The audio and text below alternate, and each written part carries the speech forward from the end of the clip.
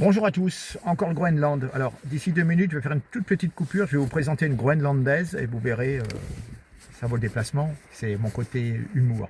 Alors ce Groenland, territoire autonome du Danemark, a déjà eu une présence américaine depuis très longtemps, depuis la Seconde Guerre mondiale. En 1941, le Danemark était occupé par l'Allemagne et l'ambassadeur danois aux États-Unis avait signé un accord de défense demandant à ce que les États-Unis installent des bases et protègent le Groenland. Et il y a eu un débarquement de troupes américaines, tout à fait, il faut le savoir, dès 1941. En 1946, Truman, président à l'époque des États-Unis, propose d'acheter le Groenland pour 100 millions de dollars. Il y a eu un refus du Danemark. Et puis, en 1951, il y a eu un accord de défense bilatéral Danemark-USA dans le cadre de l'OTAN. Et les USA ont obtenu le droit de construire, d'exploiter des bases militaires, notamment Thulé, qui est devenu Pitufik. C'est toujours actif actuellement. Je crois qu'il y a 200 militaires américains. Et cet accord reste toujours en vigueur et il a été mis à jour en 2004 pour tenir compte de l'autonomie groenlandaise. Et puis, d'autres bases ont été fermées, mais cette base qui reste est surtout utilisée pour la surveillance spatiale et puis pour tout ce qui est exploration spatiale, tout à fait, et puis pour ce qui est missiles, et puis donc pour alerter en cas de mouvement de certaines troupes, notamment russes ou chinoises. Voilà, je vous laisse avec Miss Groenland, 20 secondes, et je reviens pour plus d'informations.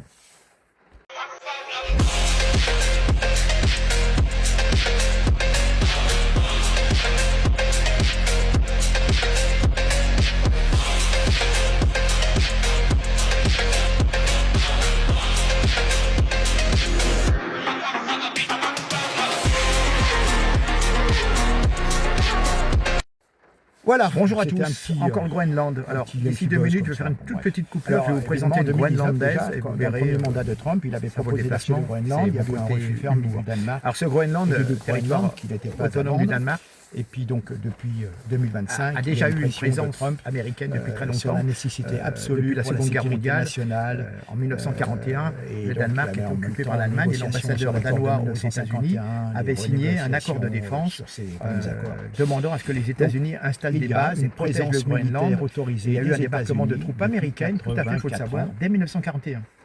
En 1946, Truman, président à l'époque des États-Unis, propose d'acheter le Groenland pour 100 millions de dollars. Restant danois, il y a eu un refus du Danemark.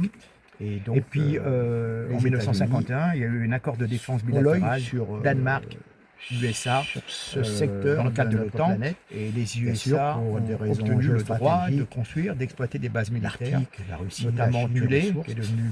Ce qui est important de savoir, c'est toujours actif actuellement. Le Groenland ne fait pas partie 200 militaires américains.